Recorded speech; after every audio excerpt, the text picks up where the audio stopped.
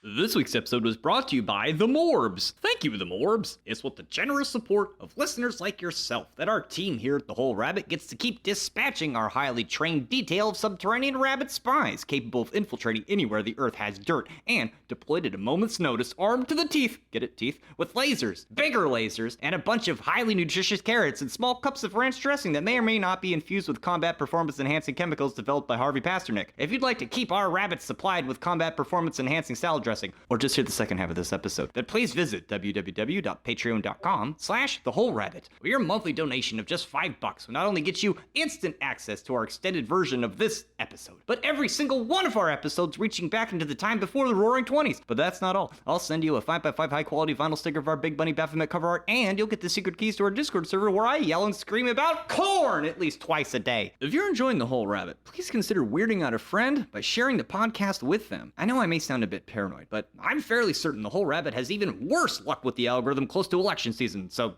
help us out. I got stickers. This week, we get right back into the finer points of vampiric practice as laid out by the one-time Temple of Set High Priest, Don Webb, from his somewhat recent occult manual, Energy Magic of the Vampyre, which, as the extended title suggests, is a manual for personal power and manifestation. In the free side of the show, we talk about methods of vampiric energy storage. Remember those cotton candy cocoons from Killer Klowns from Outer Space? Like that. What to do with all the extra stored energy, and how to interpret vampiric mythology from numerous different time periods for secret wisdom about the vampiric path itself. Afterwards, we devote the entire second half of the show to exploring how magic works in theory and practice for the would-be vampire, as laid out by Don Webb and bolstered by his years of advanced study in the Temple of Set. I had a great time researching this episode and learned quite a few things myself, so thank you and enjoy the show.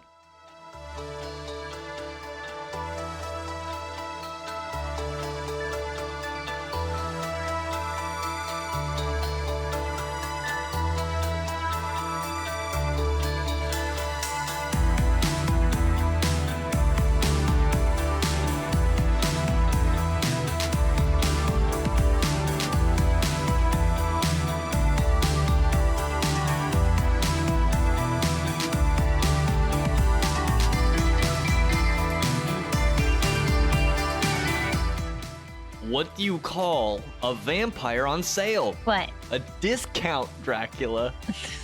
What is a male vampire's pronouns in the sunlight? What? He hiss. Why do vampires love the South? Why? Because of all the rednecks? Come on. Boo. What's Dracula's favorite fruit? I know. Blood orange. Damn, not bad. Nectarines. Oh, man, come on. Blood orange. What is a vampire's favorite ice cream flavor? What? It's vanilla. No. What's a vampire's favorite brand of beer? What? Budweiser. That's so bad. I was going to say Blood Light. Oh, man. All right, did you hear about the vampire who thought he was a violinist? No? His balk was worse than his bite. Hey, that's my joke for my dog playing the piano. Hello, everybody, and welcome to The Whole Rabbit, where we don't just tell you how to become a werewolf, a warlock, a Discordian pope, a chaos magician, or a despicable meme lord. Nay, we tell you also how to become a vampire of Set. Because this week, we're doing the second part of our in-depth review of Don Webb's modern occult classic, Energy Magic of the Vampyre, Secret Techniques for Personal Power and Manifestation, which compiles and simplifies many years of experimentation and practice from the Temple of Set, of which he was once high priest. I'm your host, the Vampyric Emperor, Hack Rabbit, also known by mortals as Luke Madrid. I'm joined this week by my fellow vampiric lords, the Corgi Hellhound Queen, Marisama. Oh. The Grand Archon of Worlds Unseen, Malachor 5. Welcome to Bike Club. Don't say it in French. The uncreated unicorn of Set, Heka Astra. Hello. Or the eternal corn, Eternicorn. Can I still say, blah? Yes. Okay. So last week, we left off our discussion talking about energy. We talked about what energy was, some of its basic properties, where to find and gather it. Where it comes from, what it does, why is it doing what it's doing. This leaves us next with the issue of storage. After all, we are warned that excess energy can be dangerous. And like real hunting, we sometimes find ourselves remarkably lucky with a sudden need to deal with a windfall of excess. As it's described, when energy is obtained normally, it goes directly to the vampiric self, restoring exhausted supply and replacing the old. Naturally, however, as one's capacity for energy grows, so does one's appetite, and suddenly, stored forms of energy become very important. The first method, basically something you could live your whole life around, it's art. Art is a natural storage device for creative energy. Better still, other vampires can find their own store of energy by experiencing your artwork. Don't you ever feel a huge boost by experiencing a masterpiece? You can even do it time and time again. Right, like the same song could get you just as happy as it did the first time you heard it. If you're feeling down, it's like, well, let me throw on my song, and then boom, okay, I get in a good mood. Soma by the Smashing Pumpkins makes me feel some sort of way every time I hear it. The guitar solo, it's like eternally etched. The energy, this incredible feeling, and it's going to exist there forever. It reminds me of when I did visit France last year and I visited the Louvre. We only were there for like a couple hours, which does not do it justice at all. But just being in the halls and seeing like the grandiose displays, like these giant paintings that are 5 people high and these huge ornate frames, I felt like I was re-experiencing the energy that's locked away in the artwork. You don't get it from looking at a page in a book or a poster reprint. It's not the same thing. Yeah, being able to see the brush strokes and a little bit of the process that went into the painting, it's, if you pay attention to like that, you get a whole different experience. Oh, wow. It felt like I wasn't even in reality anymore. You know, if we consider that entropy turns things into a gray, inert, homogeneous mass, we could see from a physics standpoint that artwork is also stored energy, you know? Yeah, it makes sense. It's almost like a sigil or something, you know, it's symbolic of something else, and it's charged. It's got energy with dormant or activated in it, actually, and it speaks to people in different ways. And from both the creator and the subject too, because people can poo-poo on modern art, but abstract expressionism and some other forms of modern art have shown us that a lot of times, I mean, it is a performance to make the art itself, but seeing it, the residue left over on the canvas is almost like a signature of that event unfolding. And from a vampiric sense, it's related to the pushing of one's eternal self into the objective universe. Anyone who watches The Shining will get a flavor for some very frightening feelings that, like, let's say Stanley Kubrick put into The Shining, right? It'll always be there. The way Jack is yelling at his wife, it has a piece of what Kubrick understood about the world, about his own soul in the film. Hey, why are vampires bad artists? Because they always want to draw blood. Wow. I like that one. All right, so the second place you can store energy is in an egregore, of all things. So from the book, it says, placing your energy into an egregore, whether a naturally occurring one like your family, a self-chosen tribe, like the whole rabbit, or a magically created one, is a very simple wish. Humans inherited this skill as a part of their primate status. The famous opening scenes of 2001: A Space Odyssey illustrate this well. Of course, energy placed in an egregore becomes available to all members of a tribe, which established a link among tribes, shamans, and survival back at the dawn of humankind. So a good example I could think of illustrating this, it's the first official record or artwork of a god or goddess figure. It's the Venus of Willendorf, which was discovered in like Paleolithic caves in France. And it's just this big fat that has a swirl on her tummy. And you know that she's like the goddess of life because everything that's alive passes through her yoni or whatever they believed. But this whole drawing a human form of a god or even scrawling the animals that you hunted on the cave wall are examples of egregores. Okay, so that's what the opening sequence of the Barbie movie was about. I mean, Barbie is an egregore as well. Absolutely. I think a great example of this that I think a lot of people in the West can get an idea of what an egregore is. Jesus Christ, Christianity, like that whole like, oh, I can't do this because that book says so. Everybody's living that same lifestyle and believing that same system. That's the egregore at work, and their energy is put into that system. And the result is a society that's Christian and it feels Christian. Even Buddha is an egregore too. So Yes. It's not just specific to that religion. religion. It's pretty much every religion has egregores in it to symbolize everyday life. Let's say you have extra energy and you're a Freemason and you decide to help do the pancake breakfast. There you go. You're putting energy into your egregore, which then it feeds society, right? All right, the next thing, perfume and incense. Another tried and true technique for storing energy is, of course, perfumes and incense. Webb explains that as humans store memories, olfactory clues are tied into that, and smell works as a gateway to different sorts of energy. From what pop science I remember, our olfactory sense bypasses our normal perceptual filters, and it's by far the least prone to trickery or even self-deception. Evolutionarily, it's intended to trigger an automatic response, and it does exactly that. I like this because you know when you smell something and you're like, that's my scent, and it like becomes a part of your personal egregore. Yes. Like for me, I really like Jean-Paul Gaultier's Classique. It's just something about it smells like happiness to me. And I only really wear it when I need a boost. It's kind of like this stored energy thing where I can tap into it by, olfactory senses. Grandma's perfume. We all Yeah. have different grandmas and they all may have worn the same or something similar or something different, but you know it as grandma's perfume. Anytime you smell that, all kinds of things start popping off, in your memory. Yeah, totally. You can even tap into other people's egregores or stored memories for energy boosts and stuff, depending on what scent it is. And I think this is a really good point to bring up in terms of energy storement, because we use incense and perfumes in ceremonial magic very much for this exact reason. And the process of making these scents, you have to get the essence of a particular element or thing, and that's a whole process in itself that's very alchemical. So this stuff just goes hand in hand for a ceremonial magician. Right, and you would use certain associated scents depending on what energies you're invoking. Pretty much any incense that has been used since ancient times, they also have their individual connections to egregores. So you can tap into whichever ones you're looking to tap into. Dragon boogers, that's my favorite smell. Ooh, I like butt naked.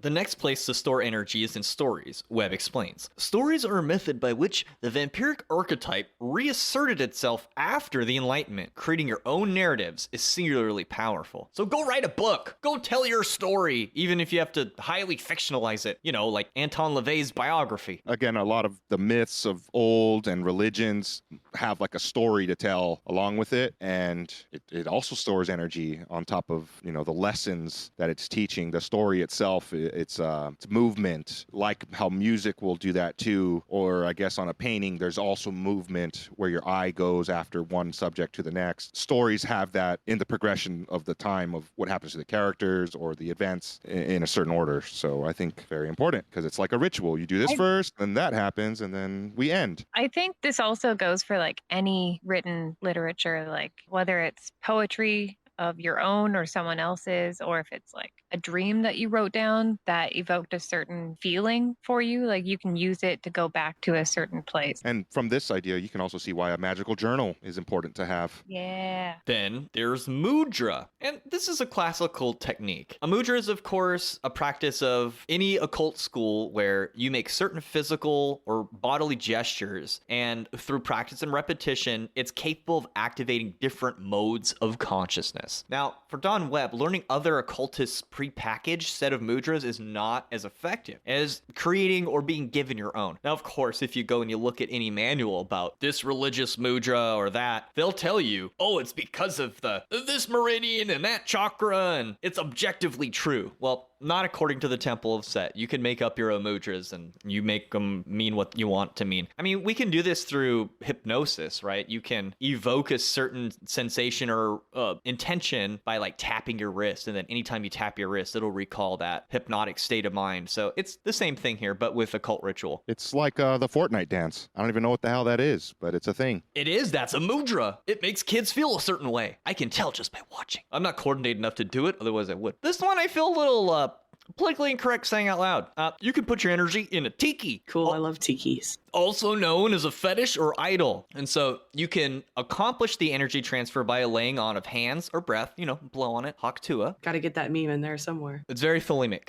It's the hawk of the two horizons. Now, the aesthetic or level of public presence, that's really up to you. But you are bound by any agreement you make with this object. So if you lose the object, you lose energy. Lastly, energy has shape and character, such that if you create a My Little Pony fetish imbued with the magic of friendship, don't expect it to suddenly go out and find you a new job or help you score drugs. It's going to use the magic of friendship. You know what I mean? Makes sense to me. Now, if you had a My Little Pony doll that went out and got you drugs, expect it to do that and not make you new friends. I'm just thinking of the jar. Isn't that like an actual term, like a mule, drug mule? That's funny. Do you guys not know about the pony jar? It has to do with semen, doesn't it? Yeah, a lot of What? it. I had a feeling. Whoa. I had a feeling by the way you were saying it. You know why? Because energy has character, Mari, and I could feel semen just by you saying it. Good. Mari knows all the dirty terminologies and stuff. So, Apparently. All right, so now that we found and stored a bunch of energy, what the heck are we going to do with it? Don Webb gives us 4 big categories, moving from the easiest ones, requiring more wisdom and skill, to the ones requiring less. So the first thing you do with energy is you go out and you get more energy. It's like that one song, I do coke so I can work longer, so I can earn more, so I can do more coke. Same thing with vampires. in the last episode, we kind of went over how just staying to that base level is like really like entry level, and that using it as an investment and storing it away is like progressing. The next thing we can use energy for is magic and sorcery. Now, Don is a bit slippery here when he says that although the vampiric energy we've stored thus far is not the fuel or medium of magic, it sometimes can quicken or supercharge the effects. I have found this to be a bit surprising. We're also warned that coming into contact with something supernatural can spontaneously cause said object, person, or place to spring into paranormal activity. This is not always a good thing. Like the weird stuff at the party only happens when you're there, that kind of thing. But we'll get to magic and sorcery later. Apparently, it's separate. Okay, so the third thing you want to use energy for is, quote, immortality. Well, it's assumed we're already immortal, so to speak. The promise of making your individual expression of energy strong enough to withstand death is often the magnum opus of left-hand path or even just general occult practice. In theory, we can fortify our own energy well enough to exist without the body and continue living as ourselves on another plane of existence, partaking of this one temporarily as we desire from time to time. To hearken to the mythology of Thelema, it was Ankh-Nakonsu who delivered the Book of the Law to Aleister Crowley and Rose Edith Kelly,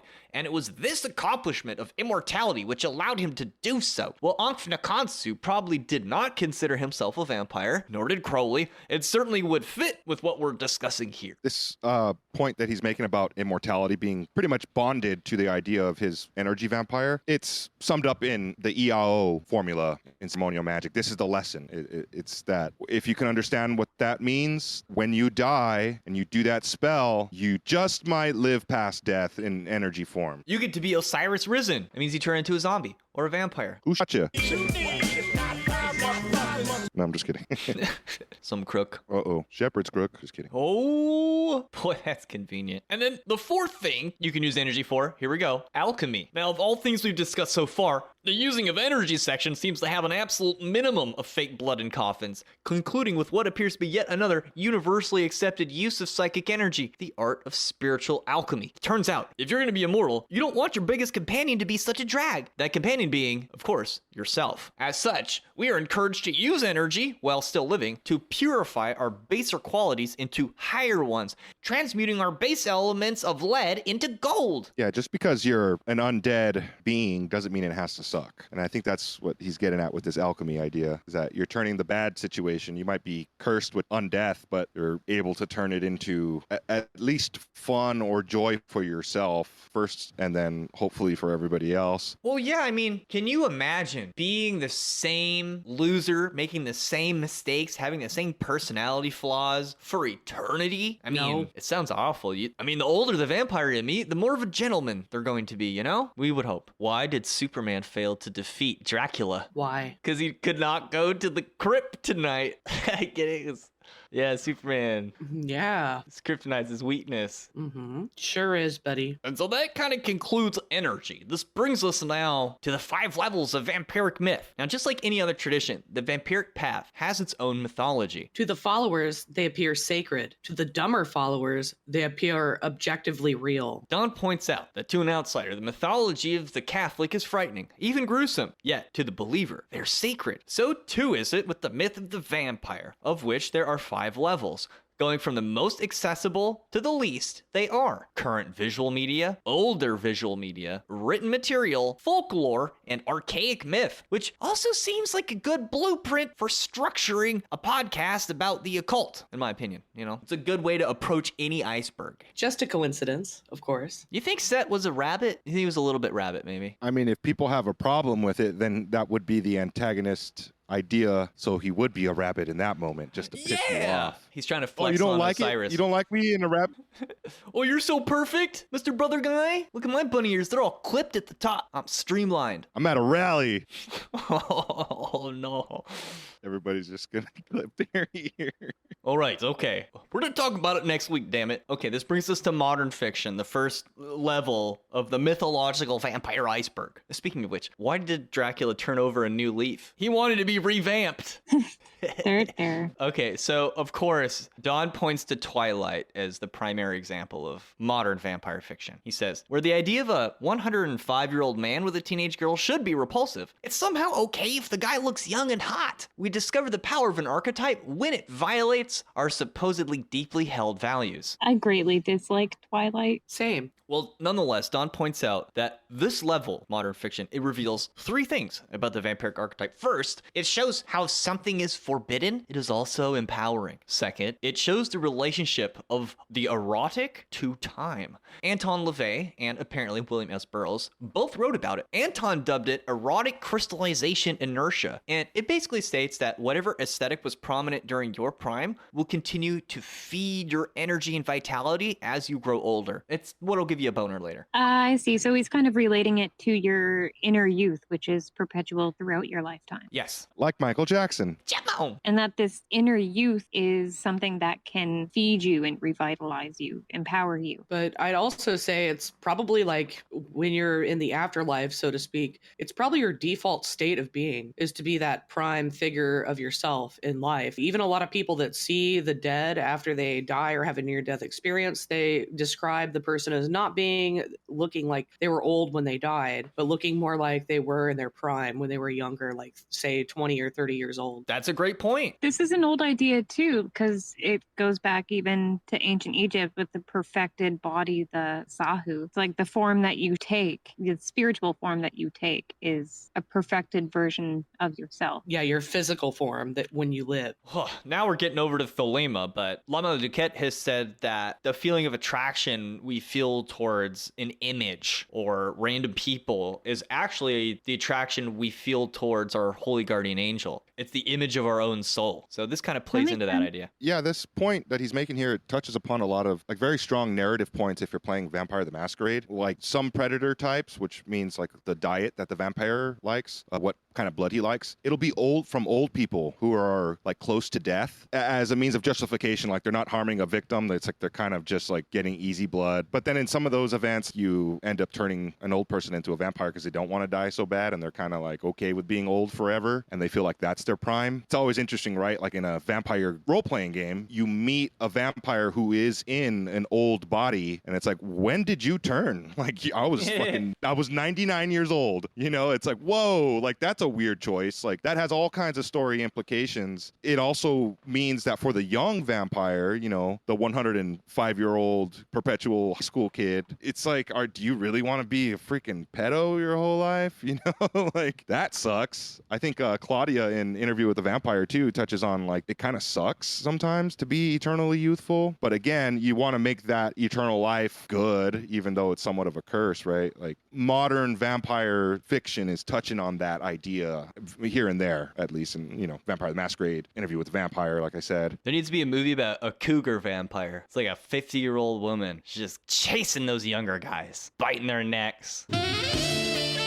Yeah, but like the burden of immortality is kind of a relatively unexplored idea in our culture. I mean, you see it sometimes in media, but you don't really understand the full repercussions of being immortal until you've actually gone through it. This whole thing kind of reminds me of Dr. Manhattan from Watchmen. It was this guy that went through a nuclear experiment and there was like an accident or something and he became like radioactive and immortal. And he's had so many girlfriends, like, and they're all like in their early 20s and whatever, and he's just like, I'm so tired of human beings at some point, and he just goes to Mars and lives there. But yeah, I mean, it's kind of like your companions are basically, if you're immortal but you look young, think about it though, you're eternally dating teenagers, and you're never able to have a companion that is fully on your same level. So it can get very mentally exhausting, I'd imagine. You gotta date cougars, women with experience, I guess so. You gotta start picking older victims, I guess. Mm-hmm. To try to feel better if you're not too far gone, right? Because this stuff can do that to you. But there's a limit to it, you know what I mean? Because if the vampire is 500 years old and he's like going after grannies that are 60, that's still like, they still know way more than Granny does. Yeah, he's still cradle robbing. You're right. This is a conundrum. It is. It isn't really until like Shakespeare's time where we started getting like clear narratives that were like deliberately having sympathy for the devil. When you start to feel bad for the monster. Frankenstein is a modern rendition of an older tale, but it does show that the monster isn't really a monster. And like the same thing for the vampire, right? Like these pitfalls that the vampire might have, immortality, how bad of curse it is. But like I said, Shakespeare touched upon these things a little bit in his works because he was such a great writer. It seems pretty obvious that vampires have relationship with time, and that there is a certain degree of time stopping, essentially, but they can move within that stopped time, it seems. Are you horny for vampires? Is that what I'm hearing? I'm just playing devil's advocate here and saying that it's like if time itself is its own dimension and it is freeze framed in the spatial realm, but they can move within the spatial realm, then they are perpetually whatever age they were when they returned, regardless of whatever their experiences are moving around within that freeze frame of time. That's what the guy's saying. He's just pulling the panties down. Yeah, like their aging clock stops, but everything around them continues to age and, fall into disarray and whatever. It's like, yeah, babe, I'm 500 years old, but man, I'm kind of saying like it's kind of gross when you put it that way, but like for me to wrap my head around it is like everything just stands still. So it's like even like their soul seems like it's at a standstill. Oh, you saying they remain emotionally undeveloped depending on when they were bitten? Yeah, it kind of seems like there's almost like a zombie aspect. No, that's why you got to do alchemy, so you become too mature to ever have sex with anyone but yourself. That's why they invented fleshlights for vampires. I think also this is why Don Webb and ceremonial magic tells you, like, be careful when you are making the oath of the abyss and like taking that decision, because you might lose your mind and you may not carry your lessons over properly and fall and think you made it to the end and you're like suffering now forever. You're not having any more fun. I mean, I would kind of think that like the mundane would lose its driving force for a vampire. I think a lot of people focus on like the sexual aspect, but I think maybe if you were in that state, like there's so much more than the mundane, and the mundane becomes like this facade that you have to take part in. That's deep. What do you call a vampire with asthma? What? Vlad the Inhaler.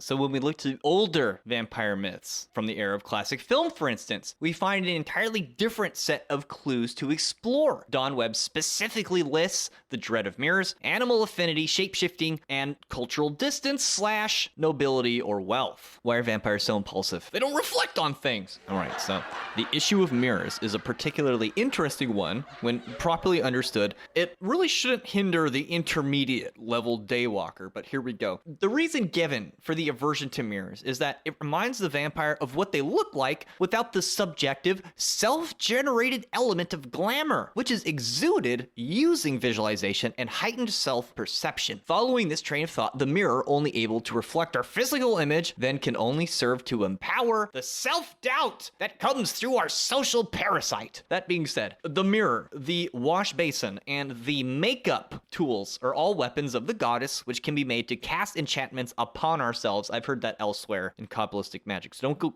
too hung up on this. The point is that some of your sexiness is etheric, you can't see all of it in the mirror, So don't let the mirror throw you off. The next is animal affinity. Now, animal affinity is something that I think most of our listeners will immediately understand. Long story short, if you're trying to be a vampire, you better be good with animals. You better be able to take care of your animals, understand your animals, and even be good with other people's animals. Otherwise, you're just not vampire enough. Long story short, you can't be a vampire if you suck with animals. One reason for this is because if you suck with animals, you'll also probably suck at shapeshifting. Because if you'd read Austin Osman Spare, certainly you you know that imitating animals is the secret to gaining their power. Damn it. These 2 points are another reason why I really like Clan La Sombra from Vampire the Masquerade. They are the only vampires that don't have a reflection or a distorted reflection in mirrors and on cameras and technology devices. They can't use technology either. And also, animals don't like them because they're so spooky. So they lose any companionship outside of their the people that they brawl and get them to do their makeup for, because they can't look at themselves in any reflection. So they need help constantly, and they need a community of sorts, and the only way they can get it is by forcing people to do it for them. They will be walking down the street, Trina will be like, I smell death. And there'll be like a pigeon, and she'll walk and find the pigeon and pick it up without the pigeon even knowing it's being picked up. I don't know how she does it.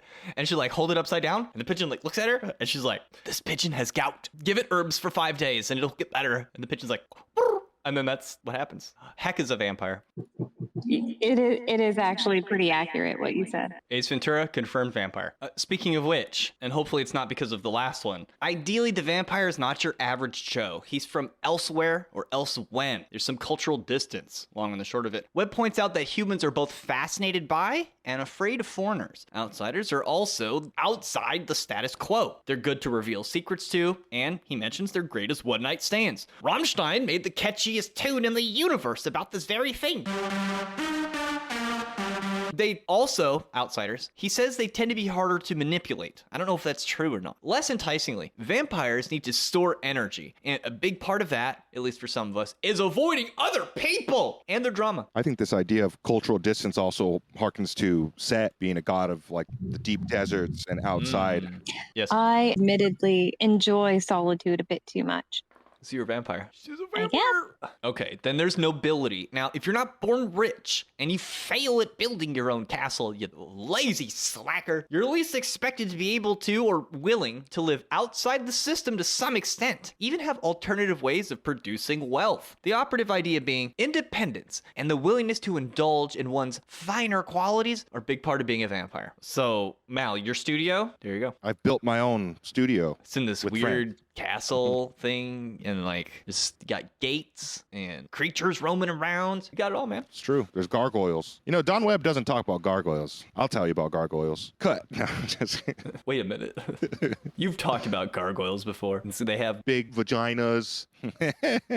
Then Don Webb, turning to written literature, the next category, he points out Dracula, Carmilla, and the Vampire as offering 4 distinct clues: dirt from the native soil, the scholomance, dreams, and seduction. Long before Joseph Campbell, these books present a method and they draw from mythological sources, weaving a compelling tale and graft that tale onto psychological needs, particularly regarding sexuality and disenchantment with the modern world. Since these stories require the reader to use all of her brain to create a vision of the world, they draw the subjective universe of the reader into a magical act of creation as vampires begin their awakening. Reading these books has a profound effect that passively watching films and TV can never have. That is a quote from Don Webb, to be clear. So reading the books about vampires, very important. Like, way more important than watching the movies, he says. So let's look at these things. The graveyard dirt. Now, graveyard dirt is said to be a complex tripart symbol. First, a vampire is expected to have a connection to the earth. Since a vampire is immortal, it's technically their forever home, and they should feel compelled to look after it. Cut back on your plastics, vampires. Secondly, vampires have a link with pre-Christian myths and practice of their native peoples. These cultural roots allow for strength against the shock of the modern world. Thirdly, a vampire does not repress or deny their trauma, but is rooted in the dirt of their past. So what do you use the graveyard dirt for? Thinking about stuff. It's just a symbol. He's saying like these motifs in fiction exist because they have a real life meaning. And this is what they really mean, basically. So according to this narrative, what does it mean if I have dirt from my cat's grave on my altar? It means that you love your cat very, very much. His name was Familiar. So you could think of that as storing energy or creating a gateway to Familiar's Ka, right? Like you're doing magic. But what we're talking about here is like, if you're into vampires, there's vampire mythology, and you can't take it all literally. There's symbolic meaning to everything in these old vampire myths. myths. And we can simultaneously enjoy the myth, but also find a deeper thread to learn about how to take our practice deeper. And so basically, graveyard dirt is highly important. Like, you should look into your native roots and see what your ancestors practiced. Yeah, it's a grounding thing, I think, is what it's trying to say. You could also maybe use this, like if you have a place that you go to that you feel is sacred to you, you feel recharged, you use it to ground yourself or gain energy. So you could potentially take a bit of dirt from that spot and keep it in a vial to use in your practices when you're not able to get to that spot. Yes. Don Webb does talk about this later in the book, and we're going to talk about it, obviously. Yes. It's a vampiric stead, like a homestead, right? Yes. Yes, you got to disappear there to absorb energy. Is this also similar to, like, does it have to be dirt? Because, like, I grew up on Vancouver Island and the sea always felt like home to me. So when I moved away from Vancouver Island, I bottled some of the seawater from Cowichan Bay and I brought it with me. Well, it's mostly just pointing out that mythology is a gateway to a deeper level of understanding about our own practice. So if you made a story about vampires, maybe your vampire would sleep in a bathtub full of the ocean water of their home world and they would look all creepy and blue. Oh, interesting. Yeah, I think it is more of a metaphor because It's To a me, metaphor.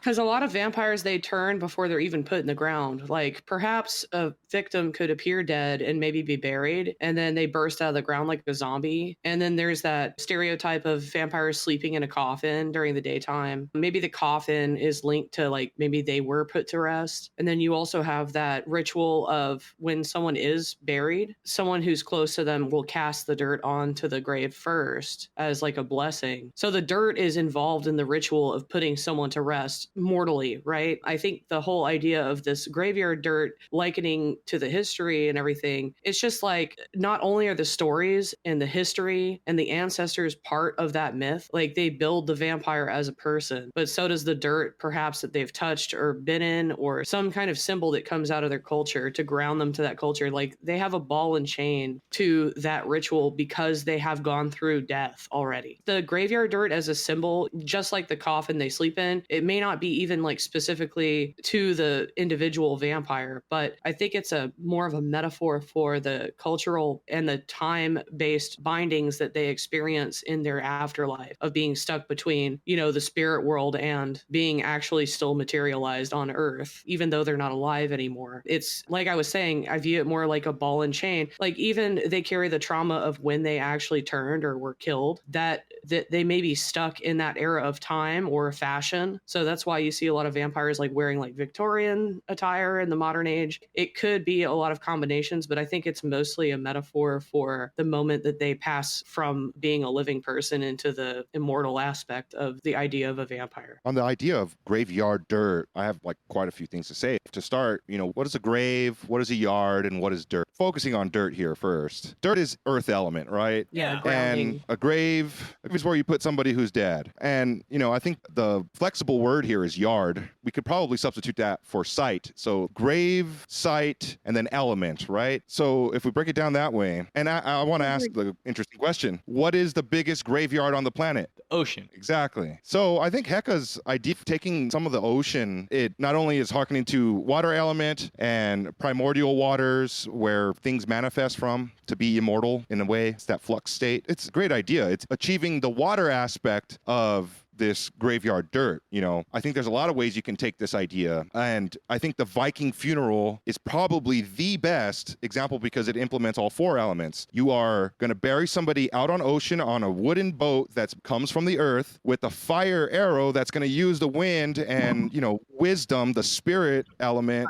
It's also using the fifth element of innovation and technology to send a spirit off properly, and all the elements come together and that boat sinks, and that is the graveyard or the grave site for the individual that's being honored. You just sparked an idea in my head, because with a yard, to me, it means that this is like an established boundary. This is an area with an established boundary. And with the ocean kind of establishes its own boundary by following the path of least resistance. The land doesn't make the boundary, the ocean does, but it does so in its receptivity. So I think like if you decide to use the ocean or water as opposed to dirt, it kind of says something about the energy that you use, that you connect to. I'm gonna be a dick and say it's metaphorical. So the way this dirt would work is like if someone comes to you and says, hey, hecka, you're going to hell because Jesus Christ said that all the stuff you're practicing is the devil. And you're like, yeah, but have you heard of Horus? You know, that's your dirt. Like, you can rest in Horus, this older tradition. Like, that's safety. You know, that's your roots, you know? It makes sense to me. I like your idea about the water, though. There's a point in Dune Part 2, I'm not going to completely spoil it, but there is a sacred water site that somebody says, like, none of these people will drink this water no matter what. Like, this water is holy. And it's like, huh, you're on a desert planet and there's all this water all of a sudden, but none of you touch it. Like, it's almost the same idea. Like, that's a sacred place, you know, and to use water from there would mean something big. And graveyard dirt is earth element. Yeah, sure. But like Luke said, you can actually put it down somewhere, rest in it if you are like Dracula in the movie, you know, Coppola's movie. He has a whole box on a ship. Quite nice how he, much of a noble, you know, Dracula is in that movie. You take it with you. You take your traumas and your culture. You take it with you. Because you need it, I guess. Back in ye old literature, apparently Dracula, as he was first described, didn't become a vampire by being bit. I saw the movie. He became a vampire by being so horny for Winona Ryder that he cursed God and Satan turned him into a vampire. But it's a bit more of an intellectual process in the novel, from what I understand. Oh, shit. Vampires are incels? Mari! No, that's not the true story. What they Okay. want you to think. No, I think Vlad the Impaler in the movie with Gary Oldman, he was definitely a Giga Chad of Giga Chads and remained as such for eternity. Which is why I liked it as a kid. Luke just kisses his sister, you know? Like, anyway. So Dracula in the book doesn't get bit by some sexy vampire thing, right? Nope. He goes to fucking vampire college. It was called the Sholomance, and you know there's a Romanian word for it, but I don't know how to speak Romanian, so forgive me. But Solomanta. Yeah, pretty much. well, this was a to paraphrase Wikipedia a little bit, this was like a black magic school in Romania, and especially it was the region of Transylvania, as we call it. And this school was run by the devil, and it was underneath this lake at the top of the mountains in, you know, like the Carpathian Forest, I believe, to be more exact as well. So heaven. I mean, this sounds like my And- heaven. It's also in World of Warcraft. I'm sure somebody was waiting for me to say it. I've spent some time in that dungeon. Right, it is a World of Warcraft dungeon. It is. This is true. It's all about storms too, I think, right? It's a lot of lightning stuff and dead things. A lot of undead. You go to a school. There's vampire teachers and stuff. It's all there, man. And this school would enroll like 10 students at a time and only had, you know, 10 initiates, according to some sources. And this school taught, you know, how to speak to animals and do magic spells and whatnot. And one of them eventually would be picked by the devil himself to ride a dragon and create the weather itself. So like Hogwarts, So- but with Pantera. Right. Sounds pretty badass. So yeah, they were taught how to, you know, ride dragons and cast spells, control the weather and whatnot. And they'd be there for like 7 or 9 years. So that's kind of the classical idea of Sholomance, you know, dark Hogwarts or whatever for vampires and dark wizards. But Don Webb goes into a little bit of specific ranks for a vampire, or like different titles that a vampire could go by depending on how they operate in magic. And he calls one, you know, the Sholomancer. And about this, he says that they are here to teach or perform one specific task, among others, successfully. But one is important than the rest. Like that's their life goal, or, you know, their true will. They're on the job to make it real. To carry the thread of what Webb is saying here, you don't actually need to go to the Carpathian Mountains, but you do need to find your Sholomancer to teach you some stuff. It's very much like the rule of two with the Sith, right? Like, you have to learn the dark side from somebody. In the myth, it's the devil, so you need to find your Michael Aquino or your Anton LaVey. They're the ones who are going to take you to the Scholomance and teach you how to talk to cougars. Yeah, just like how Crowley did. He contacted Law and Yes. all of other, you know, spiritual vampires, energy vampires. I mean, supposedly he got Okfna Kansu to come down and give us the Book Right. of the Law, so he did a good job. And this is a lot like how Luke, would you maybe say that the whole rabbit is your life calling, like your Sholomance art? Like this is what you came to do and put your foot down on it? Yeah, this is very much a digital Sholomance. And honestly, the Temple of Set is really close to how we deal with things here in the whole rabbit. It has a lot of overlap overlap I've realized by reading this book. And my favorite mythology for the podcast for our little egregore is Apocalypse Now, which is all based on the Fraser's ideas about the Rex Nemorensis, the king of the grove. So I use this title somewhat humorously, but it's funny because I think Malcor noticed that that's one of the roles that a vampire can play as they get older, because like you kind of change as you get more advanced as a vampire, and like sometimes you'll settle into a role. And, Don Webb does mention a warning for Sholomancers. He says it's a perilous state of being. If the Sholomancer does not possess the knowledge to pass on the teachings, they will spiral out, so to speak. And they will become a great personality, sure, but not one that will change the global evolutionary consciousness at all. That's a little bit of like a heavy-handed way to put it. Yeah. But he's being dead serious about this. Like, Sholomancers are always going to be successful. It's just that there's some that won't change the whole fucking globe, and then there's those that are like in the interest of everybody's life and they're changing everything. Yeah. And it's a slippery cliff I can see there. No, but that's when people message and they're like, hey, hearing about this like gave me a really good thread to pull, and then I was able to like unlock all these new levels, so thank you. That's always good fuel for me so I can relate to some of these ideas. Like, we're all Skolomancers here, that's what we doing. It's just it's all rabbit themed instead of vampire themed. Yeah, I mean, I definitely was able to learn how to put my occult knowledge and project it onto an art project of somebody else's work and then extract what it fucking means, because Luke was doing his thing. To be honest, I just knew all this stuff, and I wasn't able to bring it all in to an episode to explain it and why it is actually there. But, here I am. And we're going to get to Twin Peaks someday, Malcor, and you're going to tell us the secrets, because you've shown me and convinced me, but it's hard to make an episode when there's about multiple episodes of somebody else's work. Anyway, we're figuring it out. Right. So another rank or state for a vampire to be in is called the Rex vampire. And this is one that creates their own mesocosmos. And this is to say that the vampire creates a state where they can draw energy in the form of individuals, like people, draw all the people in and put energy out as teachings. Metal Gear Solid 5. It's basically like you're reopening Sholoman School at that point. Yeah. Yeah, if you become like the high wizard of an occult lodge, that's like your whole bag. It's just teaching now. It's just like teaching teachers, teaching. The way Don Webb puts it is that the Rex won't ever die. The lessons get passed on and they outlive and continue on. Mr. Crowley! Yeah, basically. So we're still talking about motifs from classic literature that inform the vampiric tradition. This leads us to dreams, a big part of the classical literature. Now, dreams for a vampire can offer insight, fulfillment, or prophecy. And if you can gain practical control over the astral body in the form of lucid dreaming, that's the ideal way to operate, essentially. I'm no good at it, but I know Malcor and Heka are very good at it. As we know from other disciplines, performing rituals and using magic signs, words of power, or mudras can be experienced on a whole new level in the dream world if you could become lucid. So all your grade signs will work against spirits. The mudras you've created, if you're doing the vampiric stuff, will work against beings and spirits in that world. So keep that in mind. You want to use your dreams. Your dreams are your playground if you're a vampire. Well, of course, that's true for any occultist, so whatever.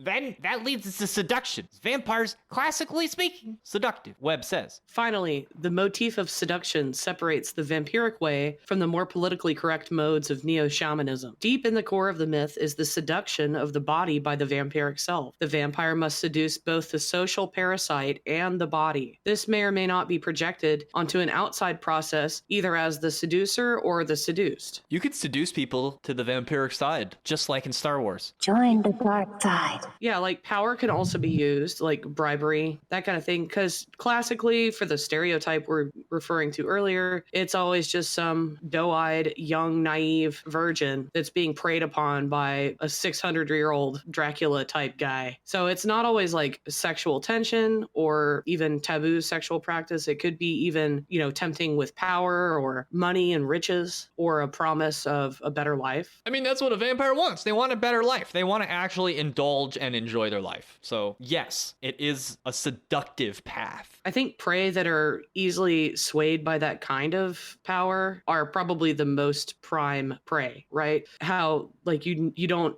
you have to invite a vampire into your house cordially in order for them to have at you intimately. There are certain rules about it that I think it leaves it up to the most, I guess, naive and inept people to be attracted by that kind of persuasion with seduction. Naturally, the Sith in Star Wars, perfect mythological vampires. Did you ever notice the way the Emperor talks to Anakin? He's seducing him, even all the way in like Return of the Jedi when the Emperor gets off his tri-wing and he's trying to get the second Death Star ready. He's like, Vader, old friend. Like, he's still up Anakin's butthole. Like, years later, he's still seducing him. Anyway. You know what's interesting? The first live action Emperor was actually played by a woman, but voiced by a man. Perfect. It's very seductive. It's like Snoop Dogg. Sensual seduction.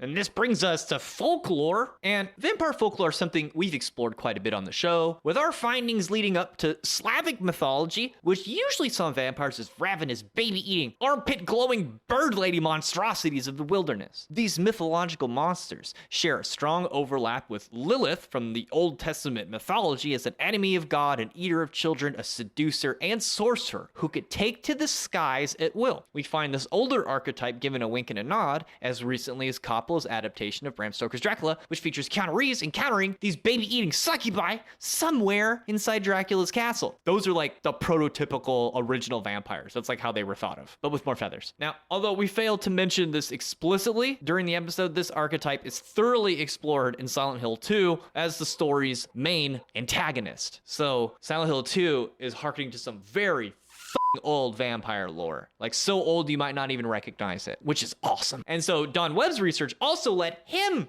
to Old Russian folklore. The Old Russian word upiri, meaning someone who thrusts or bites, shows up in the Word of St. Gregory, an anti-pagan tract of the High Middle Ages, with the interesting condemnation that Russians used to worship the upiri as gods. The folk memory of the shaman who could detach himself from his body and become bird or beast was banished from the central narratives of the community by the authorities, but, like the vampire herself, cannot die. Another modern masterpiece which intelligently borrows from this ancient folkloric archetype is Howl's Moving Castle, which, although remixes these elements, presents them faithfully in a way that can only be described as mind-blowing. Don suggests the two biggest clues we find from old vampire folklore is the need for constant energy and the vampire's extreme vulnerability. The folkloric vampire's need for blood, its hunger for energy, is the key to its existence. Vampires have only two true enemies. The first is boredom. The vampire understands that once she has become an energy being, she requires food. She enters every situation as a hunter. She respects her situation and stays alert to everything around her. She doesn't waste her movements or her energy, nor does she indulge in unnecessary thoughts. There are no off days, no days not to keep her attention sharp. Webb also points out that folkloric vampires have these critical weaknesses, which often come in two categories: the unconscious attack, stakes, beheadings, burning of the coffin, and the sensory attack, the smell of garlic, bright light, counting spilled seeds, Owl City. To accomplish this, the vampire, unlike the New Age seeker, must make their home secure with a sense of, well, inaccessibility. The vampire also does not take the 24/7 job because it's a massive waste of energy and dream work is valuable. Vampire senses are also expected to be sensitive, so the prattle of random people or cheap perfume can be a source of, well, considerable agitation, while giant crowds can, without perceptual control, induce migraine headaches, etc. I don't have a welcome mat at my door because I'm not a liar.